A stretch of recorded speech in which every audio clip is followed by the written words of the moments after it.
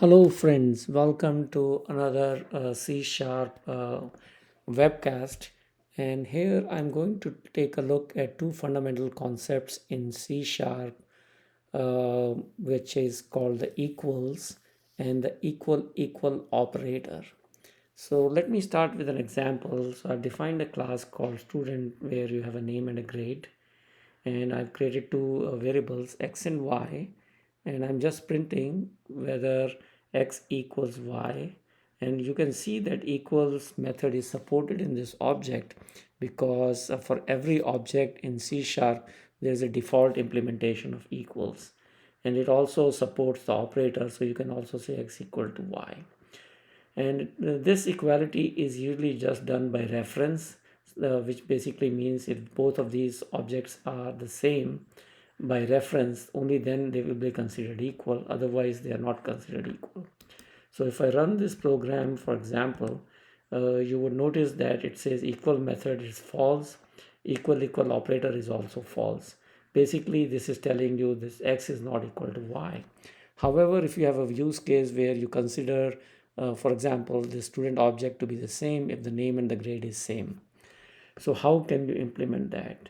So let me first go over the equals. And first, so what you can do is you can uncomment this code in equals, and you can see the way it is done is we are overriding this uh, object student with an override, and this is because object dot equals is supported for every object, so we can override this method.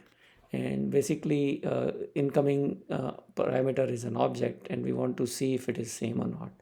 So the easy way to do it is you can just cast this object to be as a student, and then you can call the base method, which is implemented, which will obviously have the equals, the reference equality.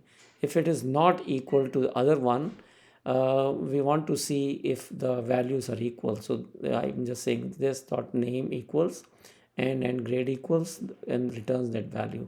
If one of them is different, then it will be returned as true, otherwise it is false. And if the base equality is not equal to base equality is equal to true, then we can just return false here. So yeah, that's what we can do. And other thing I notice is that if you go into the student, it will stay, it is overriding the equals but does not override object dot hash code. So we need to override hash code also. So hash code is a way to compare quickly if two objects are equal or not.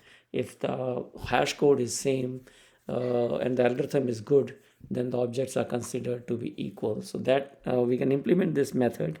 And the easy way to implement this method is you can just call the static method hash code. And as you can see, you can combine two values into a hash code, for example. So we will basically say hash code dot combine to override name and grade. So now if we run this program, you would notice that the equals is going to return equal, which is what we wanted, because we are considering these two objects are equal if the name and the grade is same. How about the equality operator? So to handle the equality operator, you actually have to define the operator equal and override it. And to do that, you can basically say public static bool. We are defining an operator equal student left and right, and it says if it's equal left equals right, we'll return the same value. However, you notice there is a squiggly bar here, and it says you cannot just define operator equal. You have to do the not equal to operator also. So we can also define that. Now we got the both operators, and this is basically simple. If left is not equal to right, you're not. So now we have defined the both equal operators also. Now if we run this, you should see that it's going to come out as equals is true and operators is equal to true.